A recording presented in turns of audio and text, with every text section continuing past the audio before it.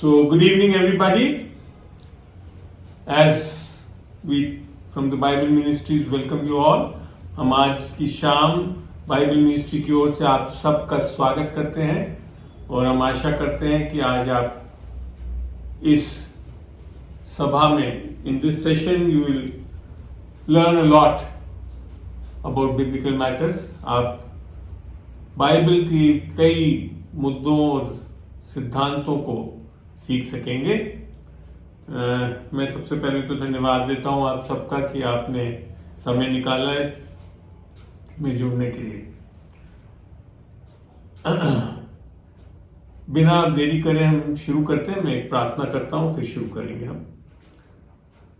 प्रभु तेरा धन्यवाद देते हैं खुदावन इस शाम के लिए, इस समय के लिए खुदावन, जब आज हम तेरे इस वचन में से सीखने के लिए तत्पर है खुदावन. तेरी पवित्र आत्मा को हम आमंत्रित करते हैं, तो सिखा समझा खुदावन, ताकि हम तेरी गहरी बातें भेद की खुदावन और सिद्धांतों को और मुद्दों को खुदावन हम समझ सके. We can study the principles of various issues Lord, so that we may be a blessed child of God to be fruitful in the kingdom.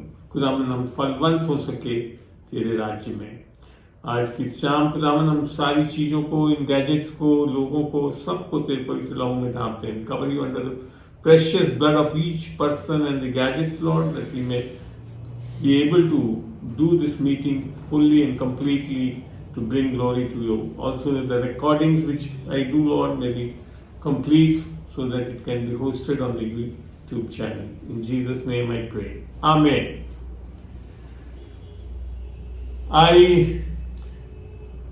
अभी ज्यादा लोग नहीं जुड़े हैं, तो अगर आपके कोई विशेष प्रश्न पूछना चाहते हैं आप, तो मैं अभी 2 मिनट का मौका देता हूं. पूछ लें. बेजल, I have received your query, I will deal that. और इनके अलावा और कोई कुछ पूछना चाहते हैं तो पूछ लें, ताकि हम इस सभा को उस तरीके से आगे बढ़ाएं. आपको खाली अनम्यूट करना है, बताना है जी. कोई चीज, कोई सवाल? चलिए, तो आपके ऐसे कोई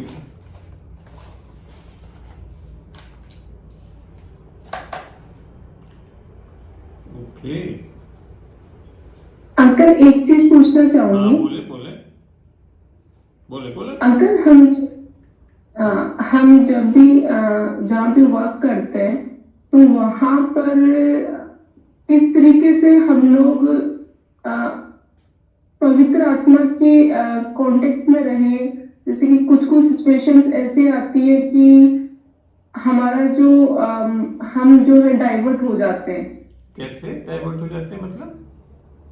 फॉर एग्जाम्पल, जैसे कि हम कॉलेज में जो टीचिंग करवाते हैं, तो जैसे कुछ रूल्स एंड रेगुलेशंस हैं उनकी, बट जैसे स्टूडेंट्स अगर उसको फॉलो नहीं करते हैं, तो हमें भी इसे गुस्सा आ जाता है कि आप कैसे किसी रूल को ब्रेक कर सकते हो. तो उस टाइम पर गुस्सा ना करके आई थिंक हमें जीसस की पीस में रहना ज्यादा अच्छा है. अगर सही में आपके पास, हाँ बिल्कुल ठीक है, इस चीज को भी डील करेंगे. कई बार गुस्सा आता है हम लोग को, उसको कैसे we get angry, we will how we can deal that, will I discuss that also. Good. और कुछ, और कोई पूछना चाहता है कुछ? कैलाश जी आपका स्वागत है, मंजू जी का भी स्वागत है. चलिए, तो मैं आज, क्योंकि एक भाई ने पहले से एक चीज शेयर करी थी, इंग्लिश में उन्होंने भेजा था और हिंदी में भी उसका अनुवाद करके मैं बताता हूं. इंग्लिश में लिखा है, does grace cancels law in the new covenant.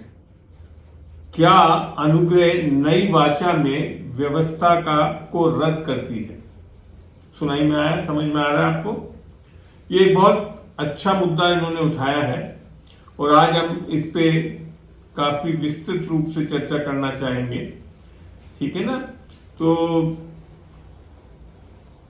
जब व्यवस्था में बोलता हूं, हम जब बाइबल में व्यवस्था और विशेषकर नए नियम में आकर जब व्यवस्था की बात शब्द आता है, अमूमन बाइबल में पूरे में तो काफी व्यवस्था है, जैसे पुराने नियम में यहूदियों के लिए, इजराइल्स के लिए they had given a lot of law, जो कि लेविटिकस ले व्यवस्था में और उसमें लिखा हुआ है अबाउट ऑफरिंग दी सैक्रिफाइसेस, बहुत चीजें, कम से कम 600 से भी ज्यादा, more than 600 laws are there. They were also given to Moses and it has been documented.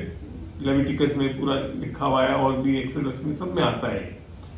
Then apart from that, the major word law coming in the New Testament, जो मुख्यतः व्यवस्था करके नए नियम में जब शब्द इस्तेमाल हो रहा है, तो उसका अगर हम संदर्भ से देख के मैं आपको सिखाऊंगा, बताऊंगा कि वो अमूमन 10 कमांडमेंट्स, 10 नियमों का जिक्र है, वो जो पॉल काफी जगह अपने पत्रियों में करता है. ठीक है ना. तो बात आती है कि व्यवस्था, लॉ, जो 10 कमांडमेंट्स है, वो आज एग्जिस्ट करते हैं कि नहीं करते हैं, जैसा इन्होंने पूछा है. तो सबसे पहले वचनों से देखते हैं.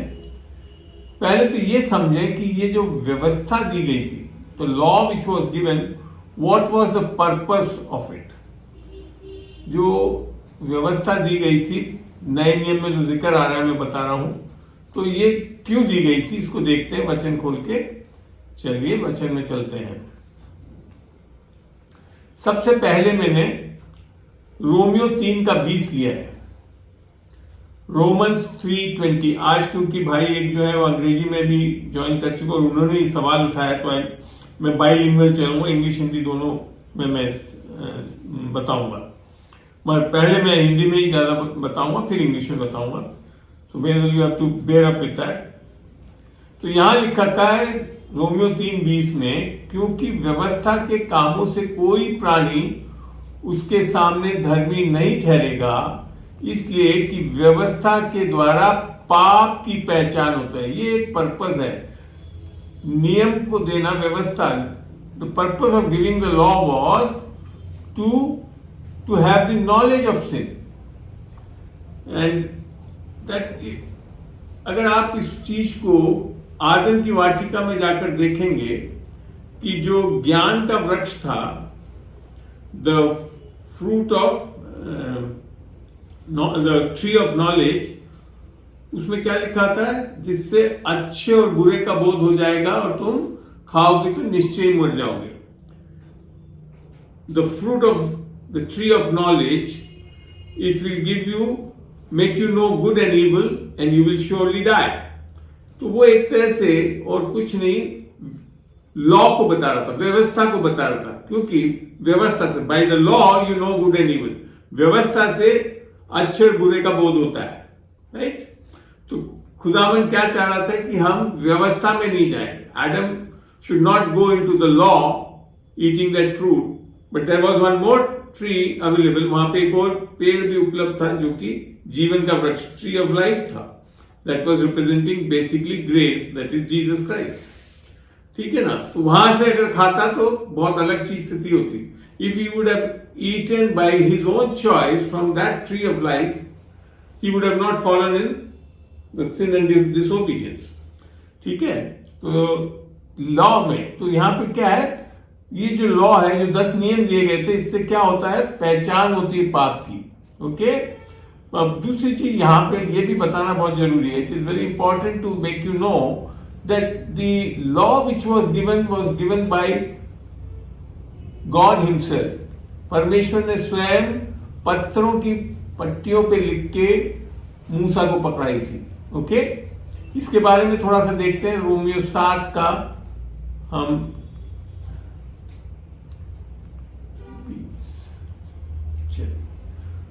मैं खोलता हूं, बताता भी हूं आपको. रोमियो 7 का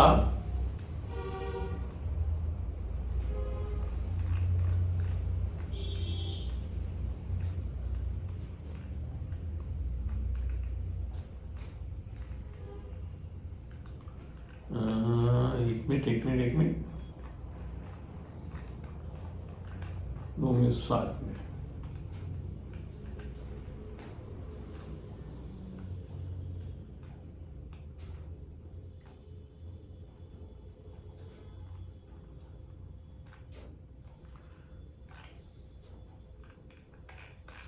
7:20 आई बिलीव,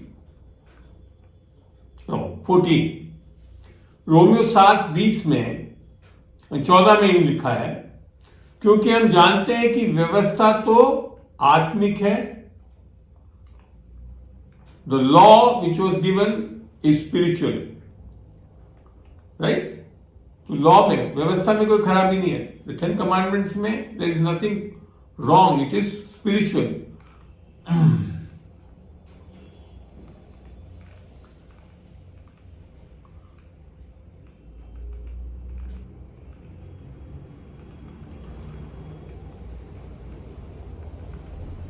अब बात आती है, जब ये लॉ की व्यवस्था के बारे में देता है, तो इसमें सबसे पहली चीज हमको देखना चाहिए कि ये जो लॉ का जिक्र करता है, तो ये बोलता है, I wouldn't have known law that covetousness is sin. ये आगे चल के बताता भी है, एक मिनट।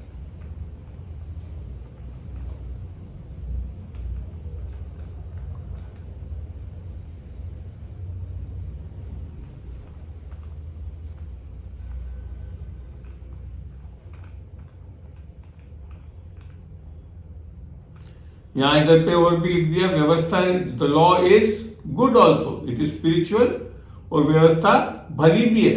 तो दोनों चीजें उस व्यवस्था में, वो भली व्यवस्था है और आत्मिक भी है, जैसे हमने अभी 14 में पढ़ा इसको।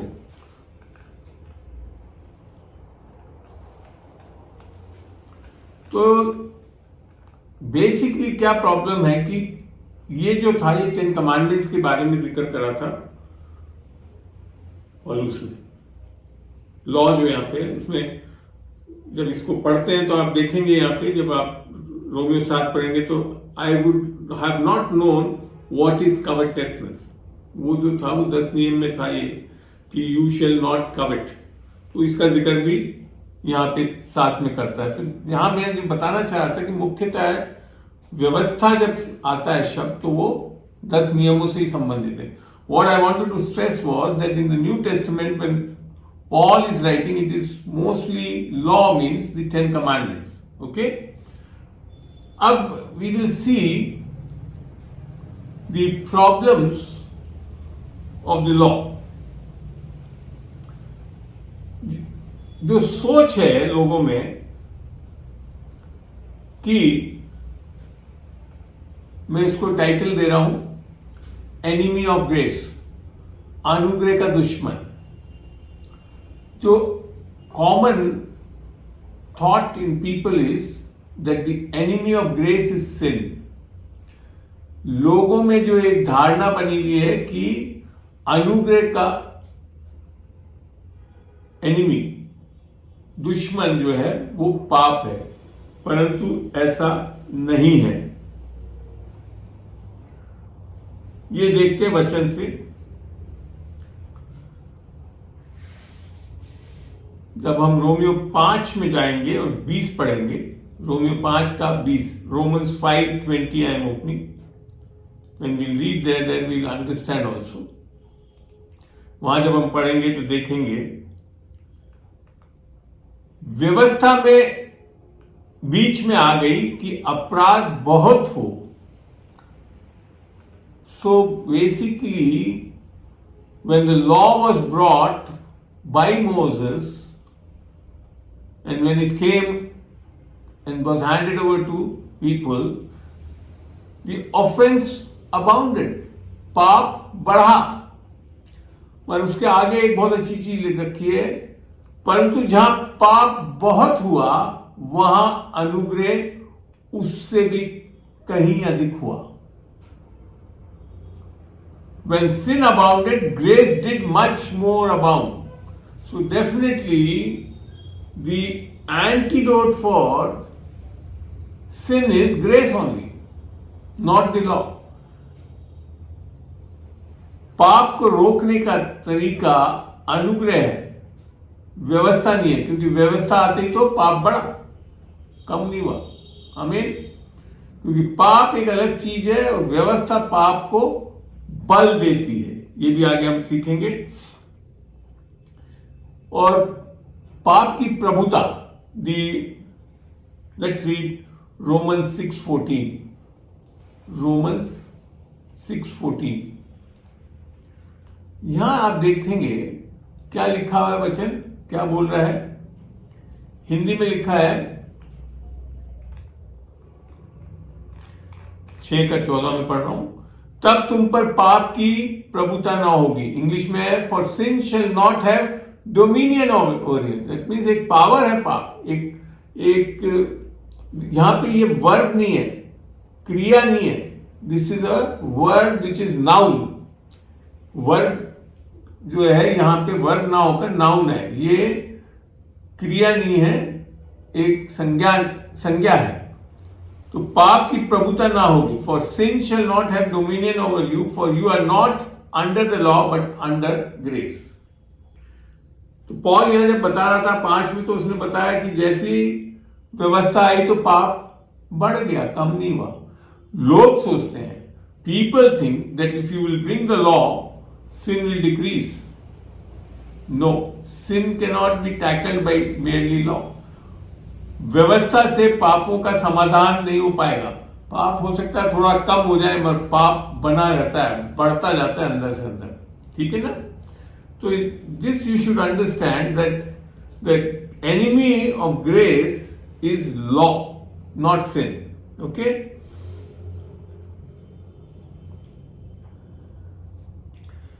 अब बात आती है कि हमको लॉ जो है, ये व्यवस्था जो है, ये आत्मिक है, भली है, is spiritual and good, right. और जीसस, यीशु मसीह भी जो है जब आया, तो what did he do? When we read in Matthew 5:17-18, इस लॉ के विषय में यीशु ने क्या किया, पढ़ के देखते हैं मत्ती 17 और 18 में। We are reading Matthew 5:17-18। ये न समझो कि मैं, यीशु मसीह बोल रहा है, ये न समझो कि मैं व्यवस्था या भविष्यवक्ताओं की शिक्षाओं को लोप करने आया हूं। लोप करने नहीं, परंतु पूरा करने आया। Think not that I am come to destroy the law और the prophets. I am not come to destroy but to fulfil it. तो परमेश्वर, जीसस निस्संदेह पूरी व्यवस्था को उसने पूरा किया। Jesus was the only person living on earth could fulfill all the law, right?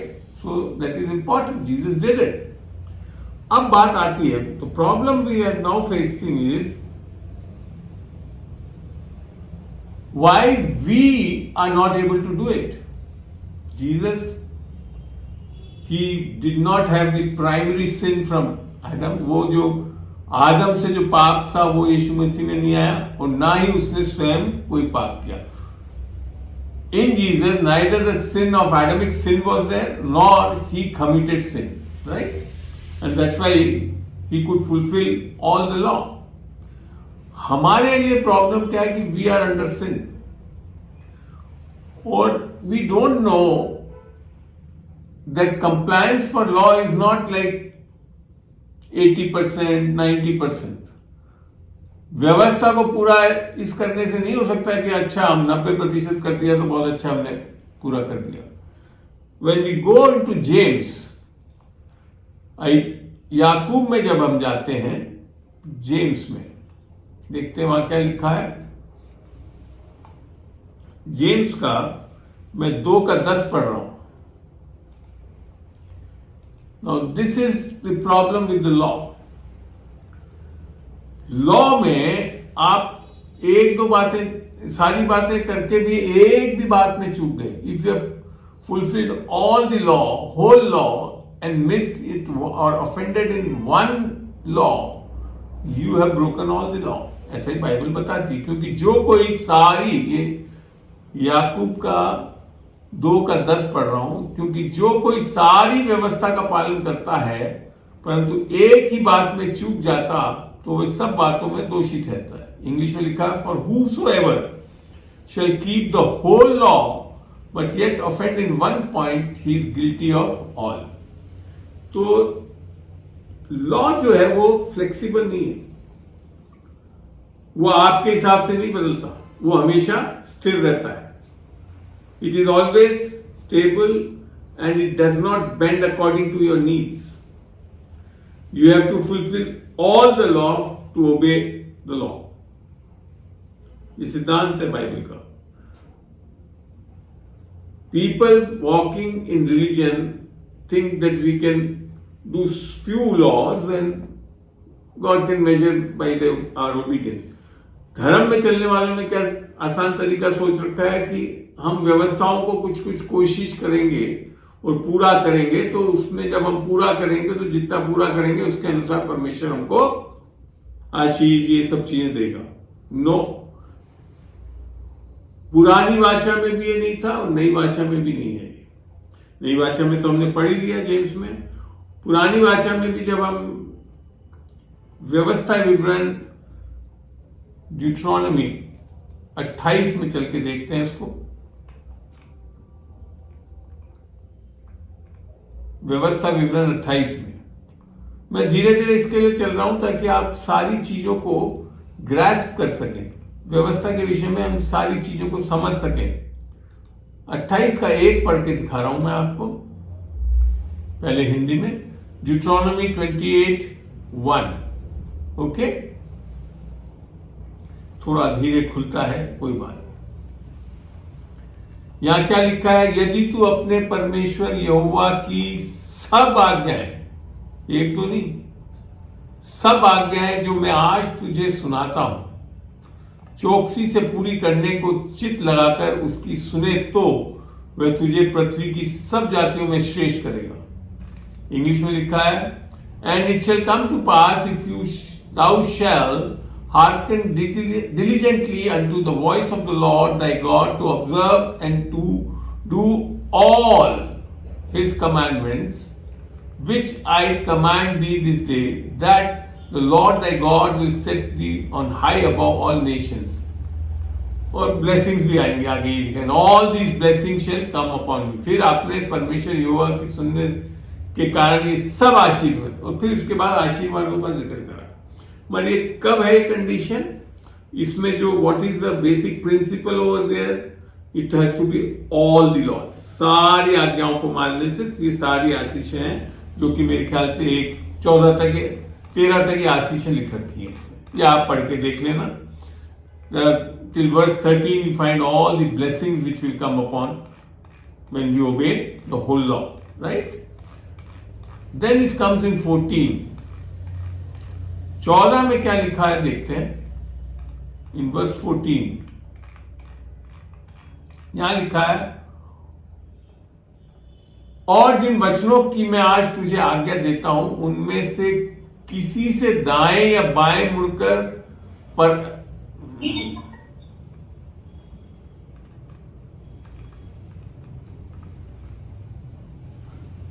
यहां ये 15 में पढ़ रहा हूं, but it shall come to pass if thou will not hearken unto the voice of the Lord thy God, to observe to do all his commandments। सारी आज्ञाओं का पालन नहीं करोगे तो क्या होगा, सारे नीचे लिखी हुई श्राप तुझ पर आ जाएंगे, यू विल बिकम कर्स्ड। ये है वो प्रॉब्लम लॉ में, हम ये नहीं सोचते हैं। व्यवस्था जो परमेश्वर ने दी थी वो आपको पापों में से नहीं निकाल सकती। The law 10 commandments can not take you out of sin, that is the nature, primary nature, जो पापी स्वभाव में से हमको नहीं निकाल सकता। तो इसके लिए हमको समझना पड़ेगा इस चीजों को अच्छी तरह वचनों से, कि ये ऐसे क्यों हो रहा है। अब आती है एक शब्द जो में इंग्लिश में है लीगलिज्म, जिसका हिंदी शब्द है विधि परायणता। विधि परायणता, द वर्ड लीगलिज्म। तो लीगलिज्म में चल के हम परमेश्वर के सामने धर्मी नहीं ठहर सकते। We can not be justified before God by adopting legalism, right? नए नियम में आकर in the new testament we have got the covenant of grace. नए नियम में आकर हमारे को अनुग्रह की वाचा में चलना पड़ेगा।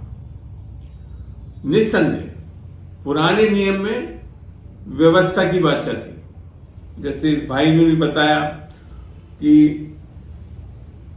जो पुराने नियम के 10 नियम थे, द ओल्ड कवनेंट 10 कमांडमेंट्स, उनको परमेश्वर ने मत्ती 5 में आकर और भी कठोर कर दिया। नए नियम में आकर in New Testament Jesus in Matthew 5 made this law more grievous, difficult. एक दो उदाहरण, जैसे पुराने नियम में था कि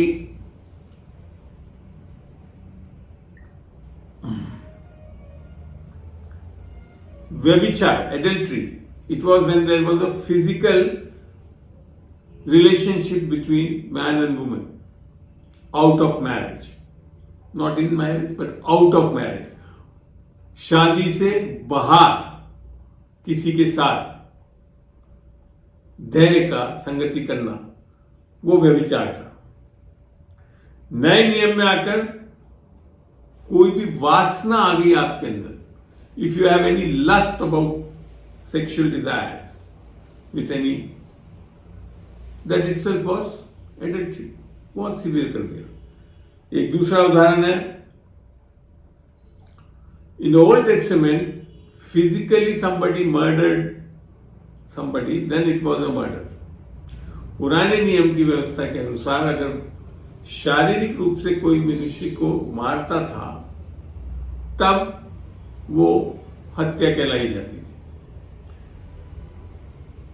मत्ती 5 में आकर क्या कर दिया कि अगर किसी ने किसी के विरुद्ध कुछ गाली दे दी या खिलाफत कर दी, गुस्सा कर दिया, तो उसको भी बोल दिया कि वो तो हत्या के बराबर है। So basically the 10 commandments of the Old Testament, no doubt Jesus has made it higher। पुराने नियम के 10 नियम को परमेश्वर यीशु मसीह ने नए नियम में आकर उनको और भी ऊंचा और कर दिया। रीजन अगेन, इसको ऊंचा करने से कोई ये नहीं था कि वो पाप आप से निकल जाओगे, ये इसके लिए ऊंचा करा कि कोई भी इन नियमों को जो नए नियम में आकर यीशु मसीह ने बताया कर नहीं सकता था। आप स्वयं भी अपने आप को एक बार देख के उसको पढ़ना, अमूमन आप कुछ ना कुछ तो इसमें से तोड़ देते। तो इसके लिए किया, this was done purposefully so that they may come towards grace, ताकि हम अनुग्रह की ओर आ सके। इसको देखते हैं, जिसको पौलुस लिखता है, गलतियों में खोल के देखेंगे हम। गलेशियंस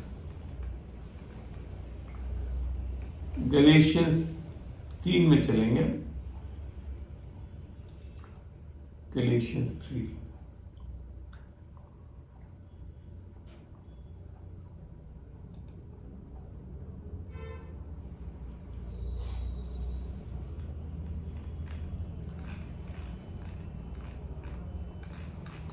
नीचे चलते हैं हम थोड़ा सा,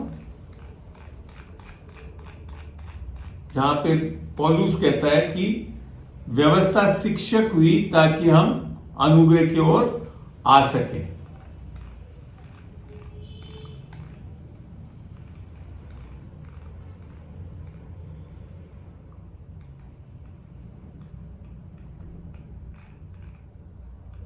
यहां लिखा है 3:24 में, इसलिए व्यवस्था मसीह तक पहुंचाने के लिए हमारी शिक्षक हुई है कि हम विश्वास से धर्मी ठहरे। व्यवस्था हम पूरा कर नहीं सकते, व्यवस्था इतनी और कठोर कर दी कि अब वो हमारे को क्या सिखाती है? अनुग्रह। यीशु मसीह जो अनुग्रह है उसकी ओर आए। The law was made so severe that we were made, it became a teacher to bring us to Christ. देखा, wherefore the law was our schoolmaster to bring us unto Christ that we might be justified by faith. व्यवस्था से नहीं धर्मी ठहरेंगे. We will not be justified by the law, but by faith. That is one of the reasons. Let's see some more things also from Galatians 3. I am coming to verse 10 regarding law. जब ये सारी चीजें समझ में आएगी आपको, तब समझ में आएगा कि नई वाचा क्यों अनुग्रह की भाषा की आवश्यकता पड़ी. When you will understand from the verses over here, then you will understand why grace was needed in the New Testament. Thus, Galatians 3:10. अतः जितने लोग व्यवस्था के कामों पर भरोसा रखते हैं वे सब श्राप के अधीन हैं. Are you reading this? For as many as are of the works of the law are under the curse. ये दूसरी प्रॉब्लम है. जब हम व्यवस्था के अधीन रहेंगे तो आशीषित नहीं होते हैं. क्या हो जाते हैं? श्रापित हो जाते हैं. The problem of law is when you are under the law or works of the law, then you become cursed, not blessed. क्यों? उसको आगे जब समझाया तो वही जो व्यवस्था विवरण में है उसी बात के लिए है. वही चीज यहां लिखी है. When Paul was explaining it further in verse 11, he was saying the details what Deuteronomy mentioned. पर यह बात प्रकट है कि व्यवस्था के द्वारा परमेश्वर के यहाँ कोई धर्मी नहीं ठहरता, क्योंकि धर्मी जन विश्वास से जीवित रहेंगे.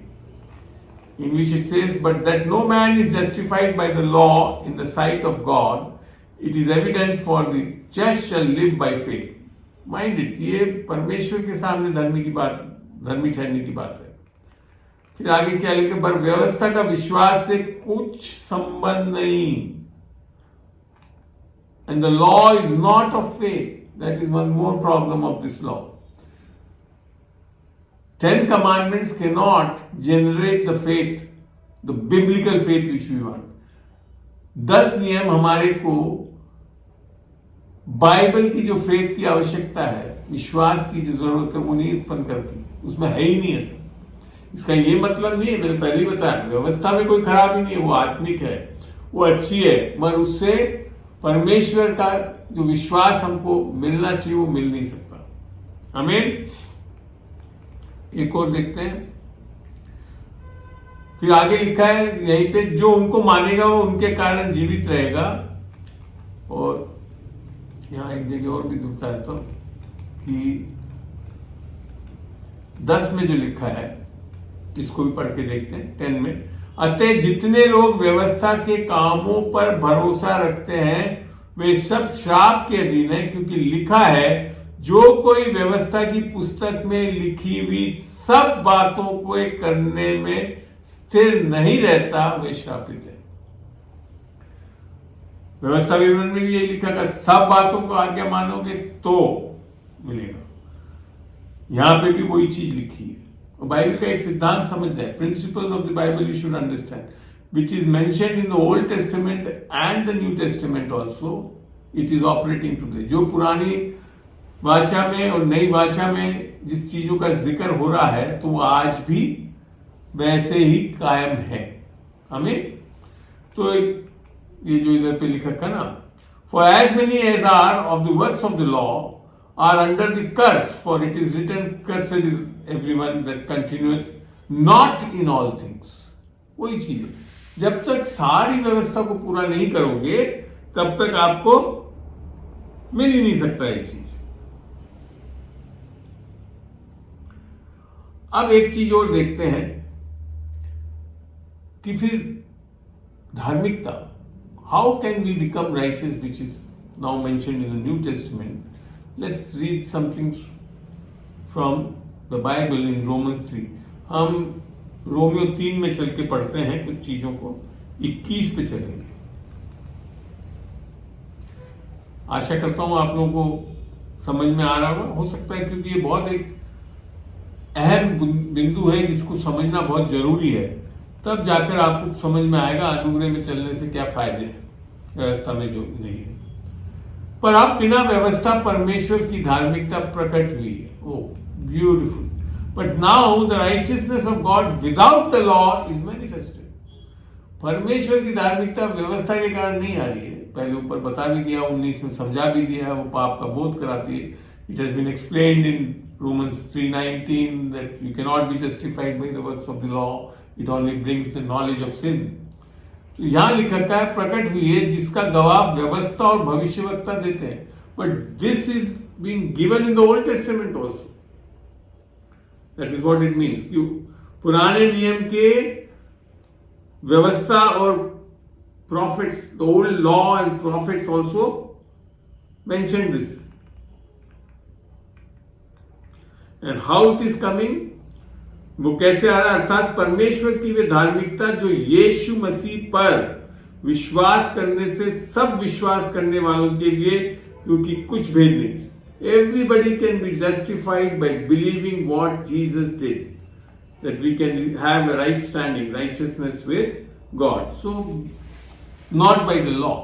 Okay? So, are you understanding now that what you were asking, the law is so important. It was mentioned in the Old Testament, it is mentioned in the New Testament, but law was not the priority which God wanted to bring. परमेश्वर की कदे ये इच्छा नहीं थी कि व्यवस्था को लाए। अगर व्यवस्था से पाप हट सकता था, if sin could have been removed by the law, then the appropriate time, logical time would have been to give it when Adam and Eve fell in sin, and the law should have been brought there itself. अगर सही व्यवहारिक तरीका अगर व्यवस्था से पाप में से निकला जा सकता था, तो व्यवस्था कब लाई जानी चाहिए थी? आदम और हव्वा जब पाप में गिरे तो उनको व्यवस्था दी जाती, और अगर व्यवस्था से वो सही हो जाते, then there was no need of rest of the things. Amen. तो this is very logical statement. ये हमारे को एक इन भेदों को समझना चाहिए एक सही समझ से, ठीक है ना। अब एक चीज और देखते हैं, फरीसियों के बारे में। मती 5:20 में ले जा रहा हूं आपको मैं। आप जानते हैं फरीसी लोग बहुत व्यवस्था के द्वारा धर्मी ठहरने में बहुत शौक रखते थे, सारी व्यवस्था को पूरा करने की कोशिश करते थे। You know, the Pharisees were very much interested to be set right with God by obeying the law. Okay? And Paul himself, Paulus, उसने भी अपने बारे में बताया फिलिपियों 3 में कि मैं फरीसियों का भी फरीसी हूं, व्यवस्था में मैं निपुण हूं, सब करता हूं। He mentioned it in Philippians 3 for himself, that I am a Pharisee, and I have obeyed all the law.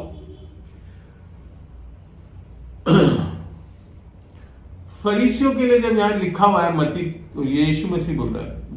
Jesus is telling about the Pharisees over here in 5:20, क्योंकि मैं तुमसे कहता हूं कि यदि तुम्हारी, that means for us he is mentioning it, यदि तुम्हारी धार्मिकता शास्त्रियों और फरीसियों की धार्मिकता से बढ़कर ना हो, तो तुम स्वर्ग के राज्य में कभी प्रवेश कर ना पाओगे। So no doubt, English it says, for I say unto you that except your righteousness shall exceed the righteousness of the scribes and Pharisees, you shall in no case enter into the kingdom of heaven. Jesus is telling. यहां मतलब ये था, because all these फरीसी जो है वो स्वयं की धार्मिकता जो व्यवस्था से आती उससे धर्मी ठहरना चाहते थे, अच्छा अपने अच्छे कामों से। ये आज भी चलता है, सारे धर्म इसी पे आधारित है।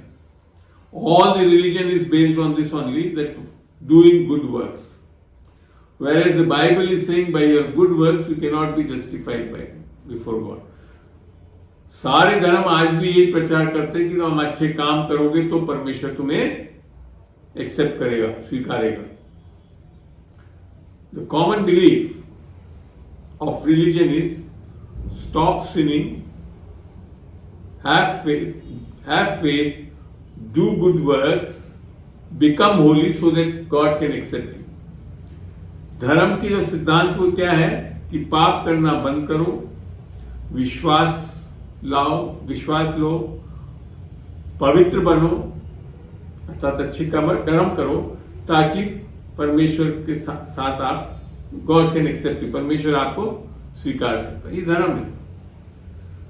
द मेजर फ्लॉ, मुख्य जो प्रॉब्लम इसमें है कि जब ऐसा करते हैं, और इस मैं आपको बताता हूं, आज भी मैं जब प्रचार करता हूं, when I preach the word of God, the common response even from many of this Christians, कई ईसाइयों और इवन मसीहों में ये एक प्रॉब्लम है, यही मानते हैं, they believe this only.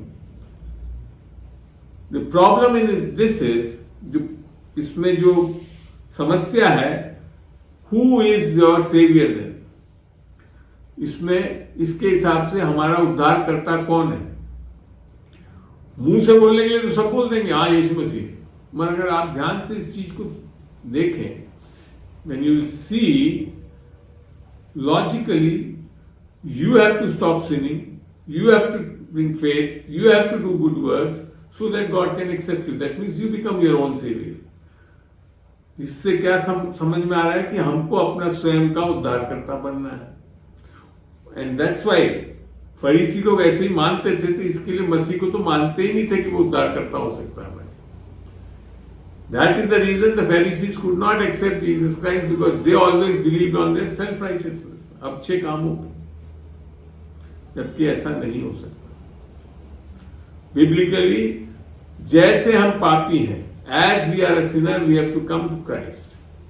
Not that we can set right ourselves to come to Christ and receive His grace, receive His forgiveness of our sin, and receive the Spirit of God, so that now you have the spirit of faith, and now you can walk according to what God wants. आप यीशु मसीह के पास जैसे पापी हैं उसी अवस्था में आइए, उसके अनुग्रह से आप हमारे अपने पापों की माफी लीजिए, उसके लहू के द्वारा आप शुद्ध किए जाते हो, और अब आपको आत्मा मिल जाती है जिसके द्वारा आप चलाए चल सकते हो। Then you have accepted Jesus as your Savior and Lord. तभी आपने यीशु मसीह को अपना उद्धारकर्ता और प्रभु ग्रहण करा। So that is what salvation is. उद्धार मोक्ष जो अन्य धर्मों में है वो क्या है? यही तो है कि आत्मा का परमात्मा से, यीशु के किए गए कार्य के द्वारा हम परमात्मा की आत्मा से एक हो सकते हैं। That's what is salvation. तो ग्रेस है, अनुग्रह ही हमारे को जोड़ सकता है, व्यवस्था नहीं जोड़ सकता। व्यवस्था के मैंने प्रॉब्लम्स भी बताया आपको, उसका विश्वास से कोई संबंध ही नहीं है, वो श्राप लाता है, वो आपको बताता है, बोध कराता है कि पाप क्या है।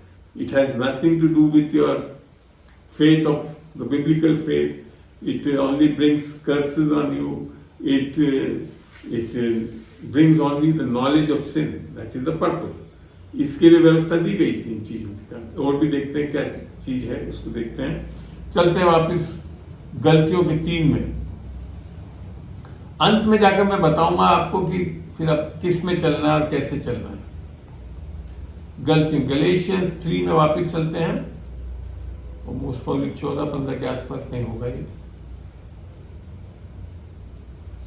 एक और कारण जिसके कारण व्यवस्था की,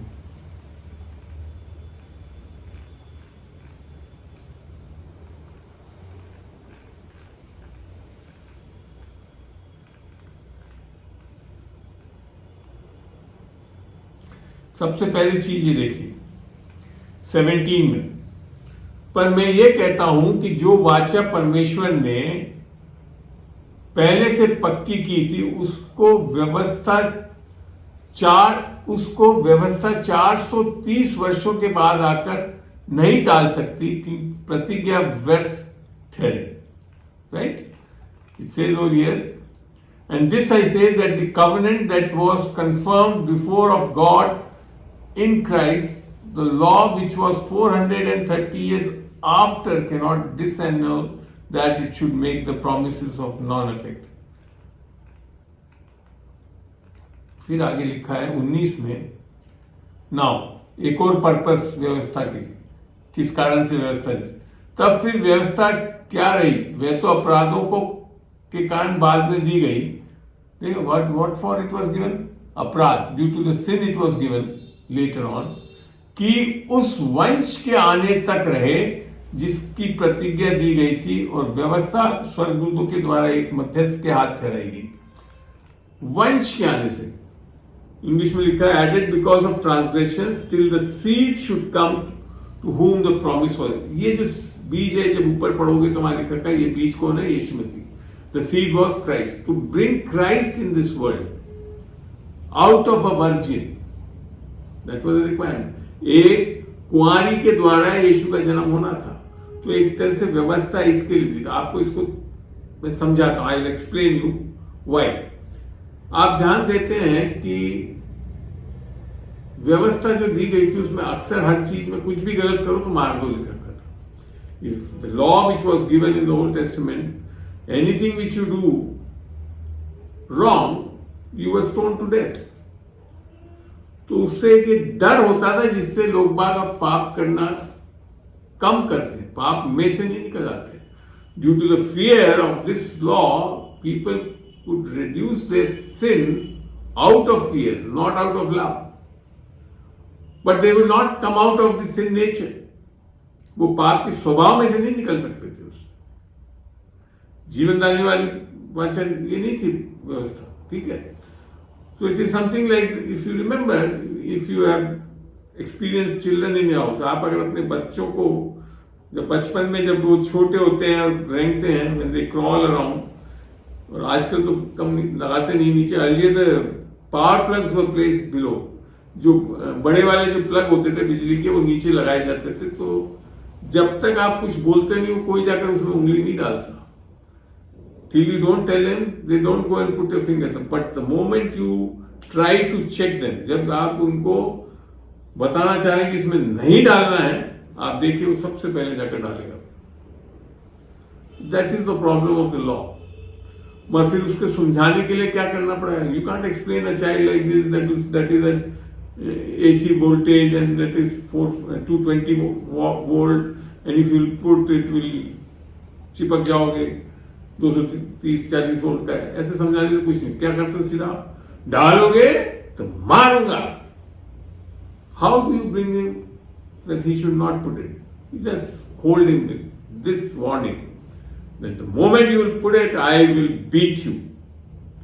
That is the purpose of the law, so that a virgin could remain in this earth, so that Jesus could have been born. If you see in the Old Testament, पुराने नियम में जब आप देखो तो व्यभिचार तो बढ़ा ही, ऊपर से व्यभिचार से ज्यादा जानवरों के साथ भी सेक्स करने लग गए थे. They not only they become adultery increased, but they also started having sex with animals also. Oh, that was horrible. So इसके लिए व्यवस्था लाते. This was also one purpose, to bring Jesus for in this earth out of a virgin. एक कुंवारी में से यीशु को जन्माने के लिए ये व्यवस्था को दिया गया, जैसे यहां लिखा. ठीक है ना. ओके. अब एक और प्रॉब्लम को देखते हैं. पहला कोरिन्थियों 15 में चलते हैं. We'll see one more problem of the law, which already we have seen it in Galatians also, that it gives strength to sin. यहां पे बड़ा स्पष्ट लिख रखा है. 1 Corinthians 15 का 56 में चलते हैं. पहला कोरिन्थियों 15 का 56 पढ़ के देख रहे हैं.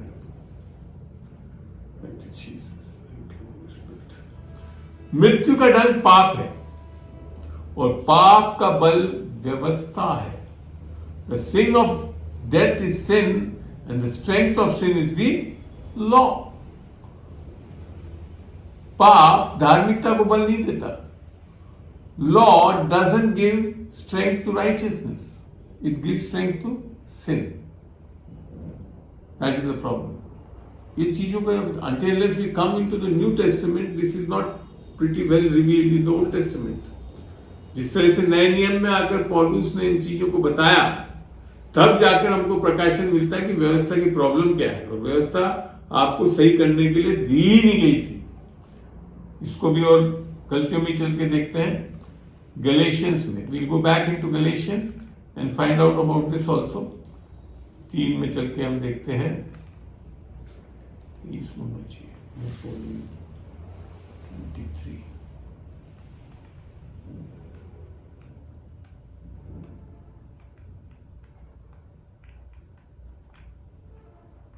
ये जो मैं टीचर वाला बोल रहा था, ये यहां मिल रहा है।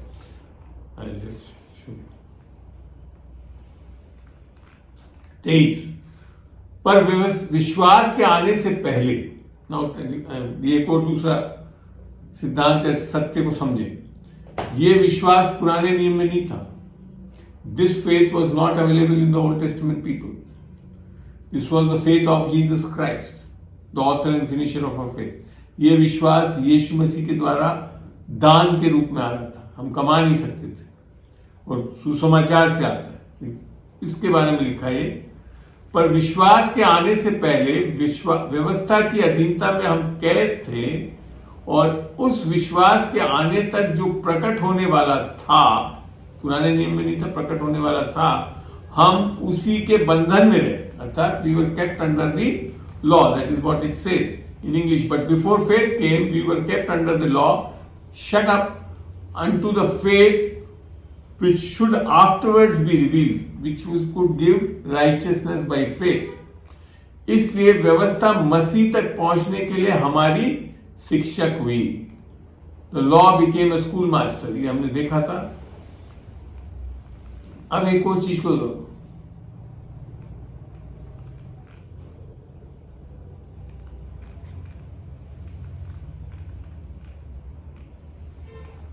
Just give me a minute, exact words में बताना चाहता हूं।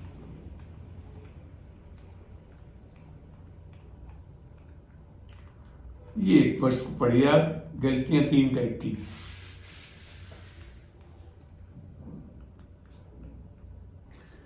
3 का 21 पढ़ रहा हूं। तो क्या व्यवस्था परमेश्वर की प्रतिज्ञाओं के विरोध में है? ये भी समझना बहुत जरूरी है। We cannot say that it is against the promises of God. Law is not against the promises of God.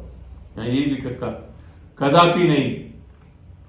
इसे given verily, फिर आगे समझाया है, क्योंकि यदि ऐसी व्यवस्था दी जाती जो जीवन दे सकती, तो सचमुच धार्मिकता व्यवस्था से होती। That means if we could have a relationship with God, then this law should have given it. And then we would not need Jesus Christ for that. Agar, if in English it says the same thing, verily righteousness should have been by the law. If this law could make you right with God, then righteousness should have come through the law, which was not so. The law only breeds self-righteousness. व्यवस्था जो है स्वयं की धार्मिकता का उपज करती है, परमेश्वर की धार्मिकता नहीं आती उससे। आमीन। और इसको पौलुस ने फिर समझाया भी। इसको चल के देखते हैं फिलिपियों में, फिलिपियों 3 का 8 के आगे पढ़ रहा हूं। फिलिपियों 3 के 8 से आगे, वरन मैं अपने प्रभु मसीह यीशु की पहचान की उत्तमता के कारण सब बातों को हानि समझता हूं, जिसके कारण मैंने सब वस्तुओं की हानि उठाई और उन्हें कूड़ा समझता हूं, ताकि मैं मसीह को प्राप्त करूं। इससे पहले वो व्यवस्था को पूरा करता है, ये सारी चीजें जिक्र कर रखी है। फिलिपियों 3:1 से पढ़ेंगे तो पौलुस क्या कहता है, उधर स्वयं की धार्मिकता और कितना व्यवस्था को पूरा करता था। When you read in Philippians 3:1 to this verse 8, you will find about the details of Paul, how he was a true Israelite Jew and he used to obey all the law. But 9 इसमें आकर क्या कहता है, और उसमें पाया जाऊं ना कि अपनी उस धार्मिकता के साथ जो व्यवस्था से है, that is the Pharisees which you believe. ये वो व्यवस्था से जो धार्मिकता, सेल्फ राइचियसनेस से, that is which comes by the law. उससे धर्मी नहीं ठहरना चाहो उसमें। फिर क्या लिखा, वरन द सेकेंड ऑल्टरनेटिव इज वरन उस धार्मिकता के साथ जो मसीह पर विश्वास करने के कारण है और परमेश्वर की ओर से विश्वास करने पर मिलती है। English, and be found in him not having mine own righteousness which is of the law but that which is through the faith of Christ the righteousness which is of God by faith which is a gift, जो एक दान के रूप में परमेश्वर की धार्मिकता हमको यीशु मसीह के द्वारा मिलती है। तो now are you able to comprehend, आपको समझ में आ रहा है व्यवस्था से प्रॉब्लम्स क्या है और व्यवस्था से हम धर्मी नहीं ठहर सकते। ये सारी चीजें पौलुस ने इसमें बताई। और व्यवस्था से पाप को बल मिलता है, ये भी हमने देखा। और जैसी व्यवस्था आई तो निस्संदेह परंतु अनुग्रह बढ़ा, ये रोमियो 5:20 में लिख रखा है। ठीक है, अब जो लीगलिज्म मैंने बोला था, विधि परायणता, लीगलिज्म क्या है, जब हम when we with our own efforts or works done without the spirit of grace Christ, we want to have relationship with God. Legalism और कुछ नहीं है कि हम बिना आत्मा के अपने कर्मों के आधार पर परमेश्वर से जुड़ना चाहते हैं, यीशु मसीह के द्वारा नहीं। ये है लीगलिज्म। आपको एक और सत्य बताऊं बाइबल का, गुड वर्क्स तो बहुत अच्छी बात है, मगर बाइबल में डेड वर्क्स लिखा, मरे हुए कार्यों से मन फिरा। मरे हुए कार्य क्या हो सकते हैं? अमूमन जैसे आएगा हमको कि पापों को समझते हैं, नहीं, मरे हुए कार्य जब बिना यीशु मसीह की आत्मा के आप कुछ भी कर रहे हैं, चाहे वो बहुत अच्छा बाइबल पढ़ रहे हैं, चर्च जा रहे हैं, मगर यीशु मसीह आपके अंदर नहीं है, वो सब मरे हुए कार्य हैं। If you are dead works are, then when you don't have the spirit of Christ in you, that means you are not born again, then whatever you are doing of the Bible only, that is reading the Bible, going to the church, praise and worship and all, without the spirit of God, that is all dead works before God. इसको समझना बहुत जरूरी है। इब्रानियों 6 में इसको बोला भी गया है, 9 में भी समझाया गया है। So that is the problem here. It has been explained in Hebrews 6 as well as 9, the dead works. तो हमारे को ये समझना बहुत जरूरी है कि we cannot by obeying the laws have relationship with God. Problem जो मसीहत में, what is the problem in Christianity is we think our right living means that we are rightly believing. हमारा सही जीना का मतलब है हम सही विश्वास रख रहे हैं। ध्यान से सुनिए, आपके सही जीने से आप सही विश्वास में नहीं है। Your right living doesn't mean that you are in the right believing, but when you are in right believing you will have a right living. मगर आपका सही विश्वास होगा तब आपका जीवन सही रहेगा, अर्थात बिब्लिकल होगा। ये बहुत बड़ा स्टेटमेंट है मैं जो बोल रहा हूं, इस सिद्धांत को समझिए। आपके कुछ अच्छे कर्मों के कारण से ये मतलब नहीं है कि आप सही विश्वास रख रहे हैं। आपका जब सही विश्वास है तब आपके कर्म सही होंगे। आमीन। और विश्वास से क्या मिलेगी? धार्मिकता मिलेगी, आत्मा मिलेगी। देन आपके जो कर्म है वो यीशु मसीह में किए जाएंगे तो वह धार्मिकता के फल होंगे। When you have received the Spirit of Christ and when you are walking by the faith, then you will come out with the fruits of righteousness. Righteousness तो दान है, धार्मिकता जो है वो दान है। Righteousness is a gift, but there is a fruit of righteousness which also Bible mentions, which is coming due to grace, that is Jesus Christ. देखते हैं इसको समझने के लिए। हम सोचते हैं कि हम अच्छे काम करने लग जाएंगे तो परमेश्वर बहुत खुश हो जाएगा, ऐसा हमारा मानना है। We always think that if we are doing right things then God will be happy. No. When it is acceptable. What works are acceptable? That's what I said. Dead works, we don't need dead works. मैं जो आपको समझा रहा था ना कि मरे हुए कार्यों से परमेश्वर खुश नहीं होता, किससे खुश होता है देखते हैं। फिलिपियों 1:11 और उस धार्मिकता के फल से जो यीशु मसीह के द्वारा होते हैं। If Christ is not in you, whatever you may bring, anything which you are doing, which may seem to be biblical, but is not from Christ, that is dead works. भरपूर होते जाओ जिससे परमेश्वर की महिमा और स्तुति होती रहे। इंग्लिश में क्या लिखा है? Being filled with the fruits of righteousness, which are by Jesus Christ, not by you, unto the glory and praise of God. That brings glory and praise to God. मैं आपको बताऊं, I will explain about me also. I had never ever dreamt that I will be ministering the word of God and these teachings and all. और आज today I know, मैं जानता हूं कि मैंने कभी सपने में भी नहीं सोचा था कि मैं कभी ये सेविकाई करूंगा, पर आज जब मैं कर रहा हूं, जब मेरे को पता ही मैं नहीं कर सकता, जो यीशु मसीह मुझ में है वो ही करा सकता है. Now I understood very well that whatever I am doing to so easily flowing in the spirit, sharing the word and all, it is just due to Jesus Christ inside me. ये कब संभव है? Only by grace. When it is possible, when we receive grace. ये कब संभव है? जब हम परमेश्वर के अनुग्रह को पाते हैं. तो समझ में आ रहा है? इस चीज को पौलुस ने बहुत अच्छी तरह समझा. Paul understood this very clearly when he said this thing in Galatians 2:20. See, इसको समझे बहुत अच्छी तरह. हम अक्सर परमेश्वर के लिए काम करना चाहते हैं. मैंने बोला काम बिना यीशु मसीह के काम सब बेकार है आपके.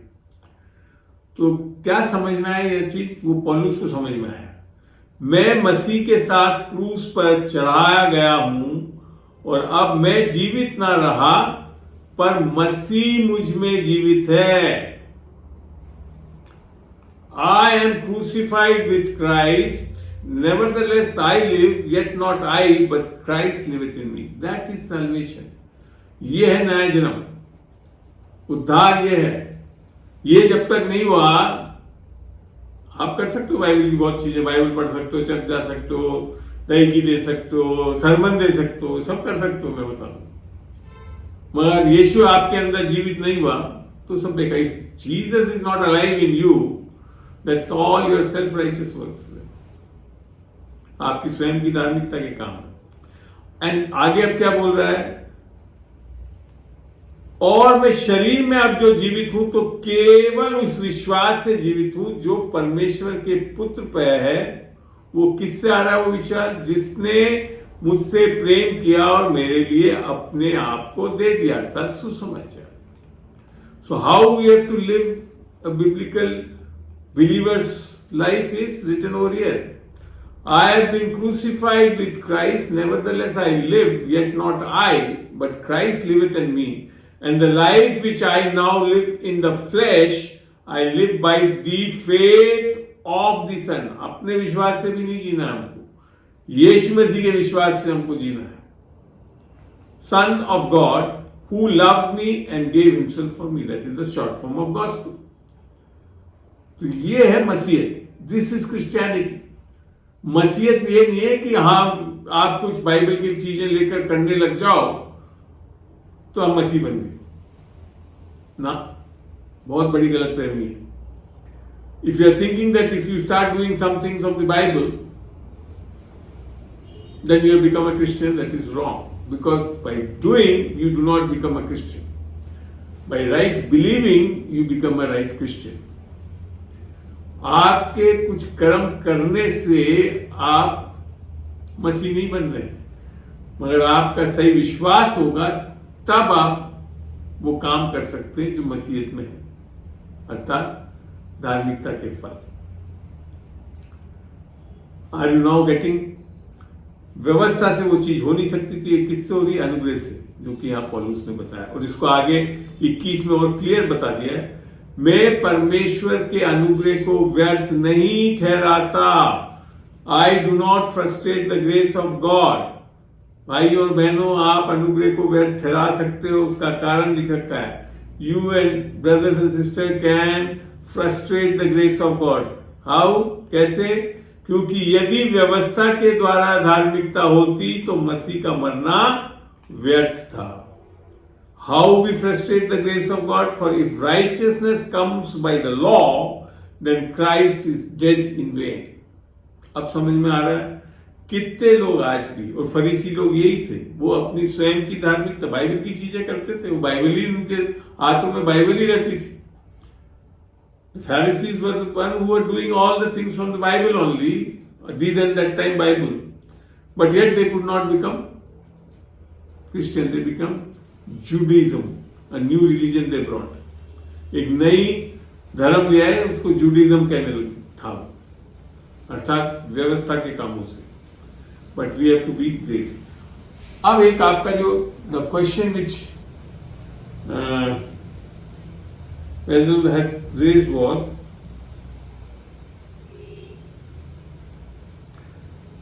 does grace cancels the law in the new covenant? क्या अनुग्रह व्यवस्था को रद्द करता है?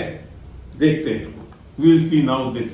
ओके, यहां तक तो मैंने आपको बताया व्यवस्था की प्रॉब्लम्स और अनुग्रह में ही हम कर सकते हैं. अब ये देखते हैं क्या व्यवस्था को खत्म करता है. जी हाँ, बिल्कुल करता है. देखते हैं. सबसे पहले चलते हैं, जल्दी जल्दी चलते हैं, काफी टाइम हो गया मेरे ख्याल से. हाँ, 9:30 के ऊपर है. बट आज का विषय काफी बड़ा, गंभीर है और अच्छा है. इसको हम देखते हैं.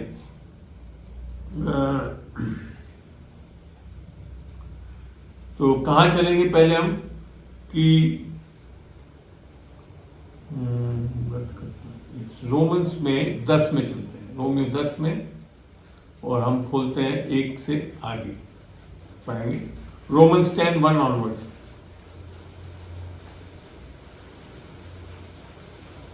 हे भाइयों, मेरे मन की अभिलाषा और उनके लिए परमेश्वर से मेरी प्रार्थना है कि वे उद्धार पाएं.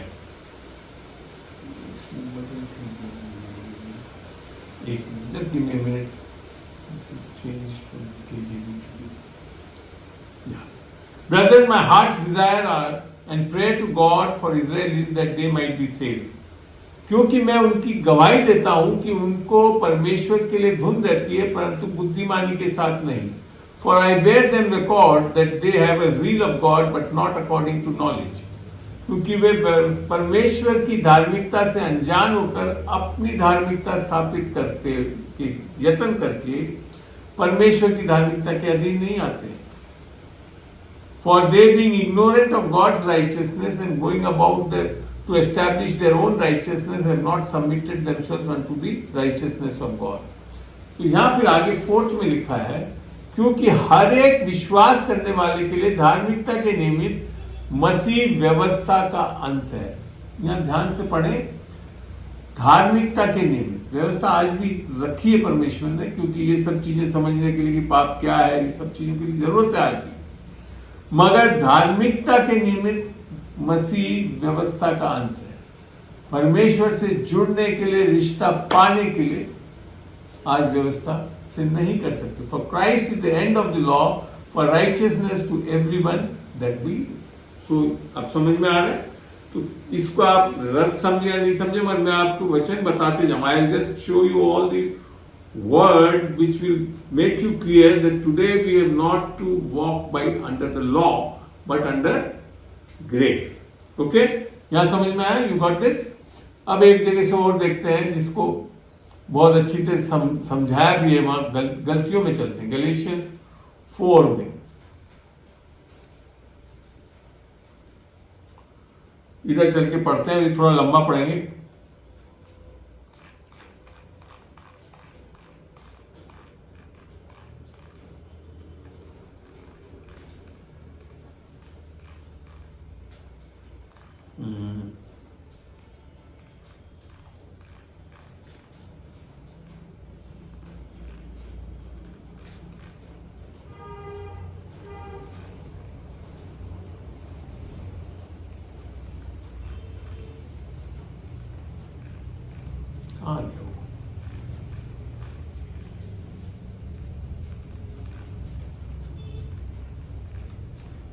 This is about the grace and the law.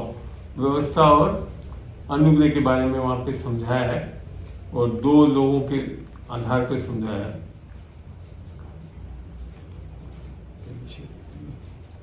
एक मिनट जरा सा मेरे को दीजिए मौका, मैं इसको पूर्ण रूप से समझाना चाहता हूँ।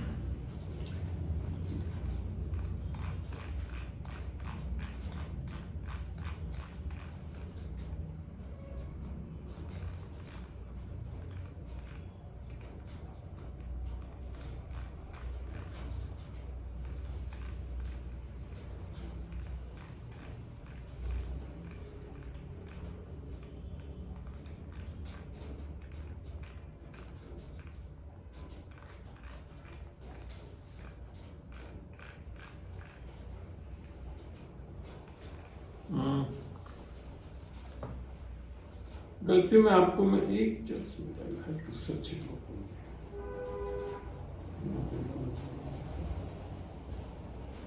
Just give me minute.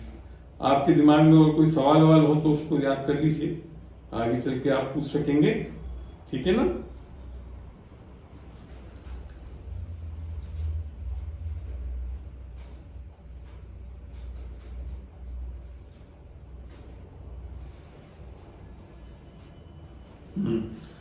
गलतियों 4 का 21 खोल लूंगा। ओके, गलतियों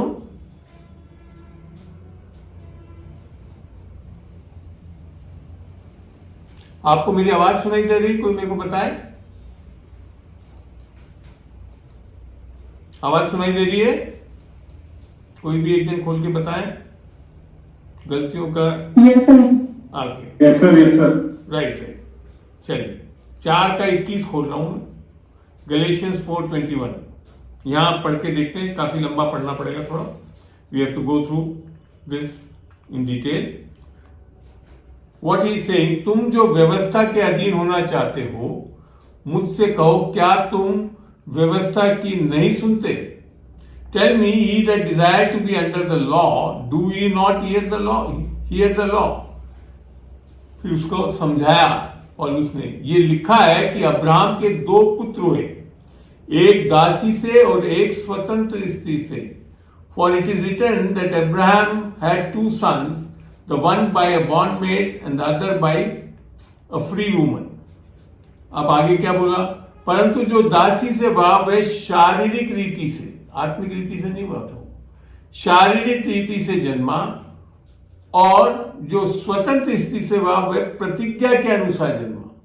ये फर्क है। आपको पता है स्पिरिचुअल रेल में बिब्लिकली बाप तो एक ही है, मां 2 हो सकती है। Either you can be a child of the flash और चाइल्ड ऑफ द स्पिरिट। आप शारीरिक बच्चे हो सकते हैं या आत्मिक बच्चे हो सकते हैं, जिसको यहां पे समझा रहा है। तो क्या लिख रखा है इन बातों में? एक दृष्टांत है, ये स्त्रियां मानो 2 वाचाएं हैं। Are you hearing it? Which things are an allegory, for these are the 2 covenants, व्यवस्था की और अनुग्रह की, the law covenant and the grace covenant। उसको समझाया है। सिनाई पर्वत, the covenant of grace, law was given under the from the Sinai mountain, सीने पर्वत से मिला था। मूसा कहां से लेकर आया था? सिनाई पर्वत पे ही लेकर आया था ना 10 नियमों को। उसी के बारे में जिक्र है लॉ कवेनेंट को। और उससे क्या उत्पन्न होता है? बॉन्डेज उत्पन्न होता है, generate to bondage which is Agar. ठीक है, तो ये 2 कवेनेंट्स के बारे में बड़ा अच्छी तरह से पॉल समझा रहा है। अब आगे क्या बता रहा है? और हगार मानो अरब के सीने पर पहाड़ और आधुनिक यरूशलेम उसके तुल्य है, क्योंकि वे अपने बालकों समेत दासत्व में। Even the new present Jerusalem is still under the law. आज का जो जेरूसलम में लोग, यहूदी लोग हैं, आज भी इसी व्यवस्था के अधीन चल रहे हैं। For the Agar is Mount Sinai in Arabia and answereth the Jerusalem which now is and is bondage with her children. इसमें क्या है? दासत्व है। तो परमेश्वर का वचन बताता है हमारे को परमेश्वर ने दासत्व की आत्मा नहीं दी है। The word of God says that God is not given us the spirit of fear but adoption Romans में है, रोमियो 8 में जब पढ़ोगे 15, 16, 17 में मिल जाएगा आपको। When you read this in Romans 8 you will find it. पर ऊपर की यरूशलेम स्वतंत्र है और वो हमारी माता है।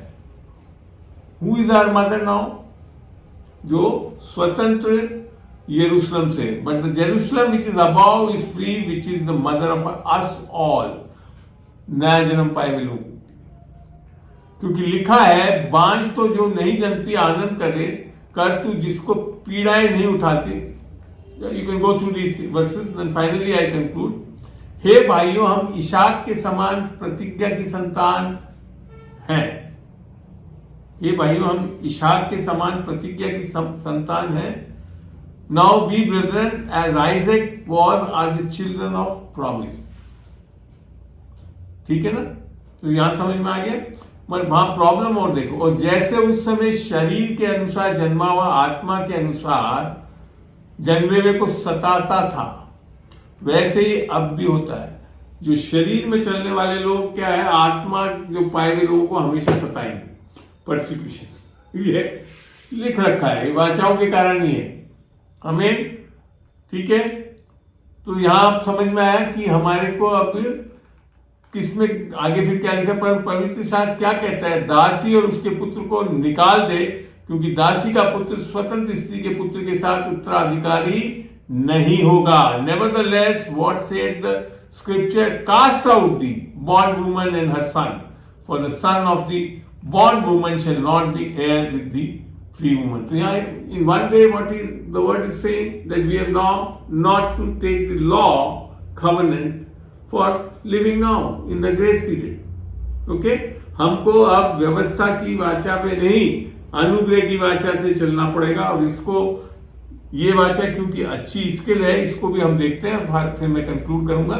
हो सकता है आपको उत्तर मिल जाएगा। इब्रानियों में चलते हैं हम, हीब्रूज 12, इब्रानियों 12 में चल के हम उसको अब बहुत जल्दी मैं वाइंड अप करना चाहता हूं।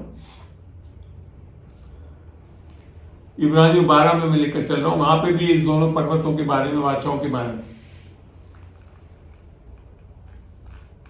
यहां यूं लिख रखा है।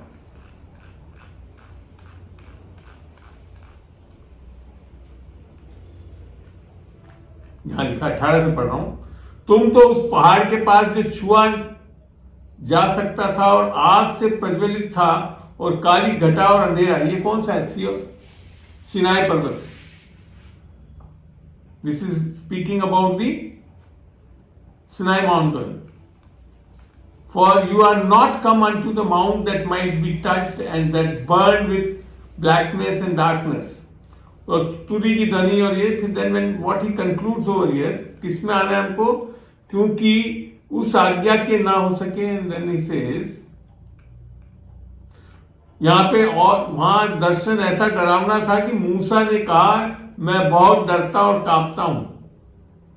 The situation was so grievous that Moses said that I fear and quake.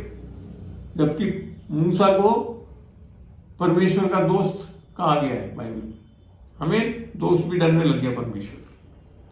Now he says, पर तुम सियोन के पहाड़ के पास और जी, now it is the grace covenant. The grace covenant was given on Mount Zion. Sinai was the law covenant. Zion was the grace covenant. आ रही बात समझ में? यहां पे this is the city of living God, नगर स्वर्गीय यरूशलेम के पास और लाखों स्वर्गदूत। You have lot of angels over here, innumerable company of angels. और देन यहां लिखा है, और उन पहलोटों की साधारण सभा और कलीसिया जिनके नाम स्वर्ग में लिखे हुए, लिखे जाएंगे नहीं, लिखे हुए हैं, क्योंकि आपने जैसे ही नया जन्म है, when you have become born again, your name has been registered and written in heaven, the book of life. न्यायी परमेश्वर के पास और सिद्ध किए हुए धर्मियों की आत्मा, we are, and to the spirits of just man made perfect. In your spirit you have made 100% 22 carat gold righteousness of God inside you. That is the blessing of grace, grace covenant. और फिर उसमें एक चीज बहुत अच्छी लिखी है, this is due to the blood of Jesus, ये एक्सप्लेन करा है। इसको फिर आखिरी वर्ष में थोड़ा सा पढ़ता हूं।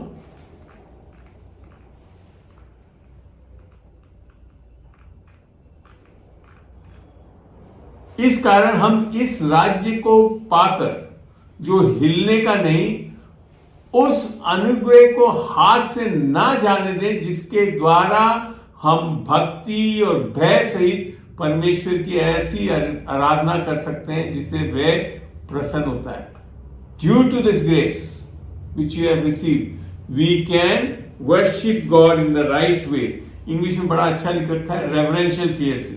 Wherefore we receiving a kingdom which cannot be moved, let us have grace whereby we may serve God acceptably with reverence and godly fear. तो इसी के लिए हमारे को अब किस में आना है? अनुग्रह। गॉड एंड द बाइबल में बड़ा क्लियरली आपको समझाया है कि we have to come into this covenant of grace, right?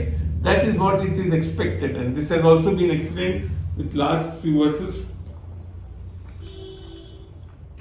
इब्रानियों 8 में जब देखोगे तो वहां लिख रखा है, पर परमेश्वर लोगों पर दोष लगा कहता है, प्रभु कहता है, देखो वे दिन आते हैं कि मैं इजराइल के घराने के साथ, यहूदा के घराने के साथ नई वाचा बांधूंगा। New covenant I will have with these people. And then what he says, what is the new covenant? Not according to the covenant that I made with their fathers in the day when I took them by the hand. Old covenant में व्यवस्था की वाचा में नहीं रखूंगा। और ये सब बताता है कि इसमें फायदे क्या है। इसमें सब कुछ परमेश्वर करके दे रहा है यीशु मसीह। हमको पुराने नियम में तो वाचा जो थी व्यवस्था में कुछ मनुष्य को करना पड़ता था, तब परमेश्वर कुछ करता था। इन the old covenant of law men had to do something, then only God used to do something, but now everything God has done through Jesus Christ in the grace covenant. अनुग्रह की वाचा में सब कुछ परमेश्वर ने यीशु मसीह के साथ कर दिया। और अब हम क्या है, अंत में इसको क्या बोलता है? नई वाचा की स्थापना से उसने प्रथम वाचा को पुराना ठहराया, और जो वस्तु पुरानी और जीर्ण हो जाती है उसको मिट जाना अनिवार्य है। This is the concluding remark. In that he said, a new covenant he had made, the first old, now that which decayed, that is the law covenant, and waxeth old, is ready to vanish away. हटा दिया. The law covenant has been removed now after the grace covenant, and that has been kept inside the ark of covenant. जो बादशाह का संदूक में व्यवस्था कहाँ रख दी गई? अंदर रख दी गई. और ऊपर क्या रखा गया? मर्सी सीट, अनुग्रह की बेदी बनाई गई. आमीन. So grace is higher in the new covenant than law. अनुग्रह व्यवस्था से ऊंचा है, उसको लिटरली यहां बता दिया, it has to vanish away. इसके लिए उसको छुपा दिया परमेश्वर ने. पुराने नियम में वो शैडो एंड टाइप है. इन the old covenant the arc covenant is a shadow and type of the grace, and that is representing Jesus Christ. When Jesus became the Ark of Covenant for the New Testament people, where you can come and enter the Holy of the Holies to receive grace and mercy. इब्रानियों में लिखा है, हम यीशु मसीह के लहू के द्वारा अनुग्रह में जा सकते हैं, उस होली ऑफ द होलीज में जा सकते हैं और अनुग्रह प्राप्त कर सकते हैं. In the New Testament, through the blood of Jesus, we can enter the Holy of Holies to receive grace, not the law. आमीन. तो चाहता हूं, मेरे ख्याल से शायद जो आज सवाल उठे थे उसको कोशिश करके मैंने इस चीजों को समझाया, और आप लोगों को काफी चीज समझ में आई होगी. Thanks for this revelation, Angel. Are you convinced now? Yes, I am convinced. Yeah. और किसी को कोई चीज शेयर करनी हो, कुछ बताना, पूछना हो तो पूछ ले. नहीं तो एज यूजुअल मैं इस समय इसको रिकॉर्डिंग बंद कर दूंगा, ताकि जो यूट्यूब में डालना है वो काफी कुछ हो गया है. उसके बाद मैं इसको जूम मीट को कंटिन्यू करूंगा. I will be continuing the Zoom meet so that if you have any more queries I can give you the answers. So I will just say a small word of prayer. Heavenly father, I thank you for this wonderful day, for the Zoom meet. Lord खुदा, मैं धन्यवाद देता हूं आज के इस समय के लिए, इस जूम मीट के लिए. Lord, you have really blessed us with the wonderful revelation of the Word of God regarding the law and grace. खुदावन तूने बहुत अच्छी तरह हमें समझाया व्यवस्था की प्रॉब्लम्स को, और अनुग्रह से हम आज जीने वाले होने चाहिए. धन्यवाद देता हूं खुदावन कि we should not be under law but under grace. खुदावन ये एक एक प्रकाशन पाए इस वचनों से और इसके अनुसार अनुग्रह में चलने वाले हों ताकि जयवंत हो सके. खुदावन मैं चाहता हूं ड्यू टू दिस रेवलेशन दे में walk under grace and be a benefited child and be a reverent child for praising and worshiping God. Amen and amen.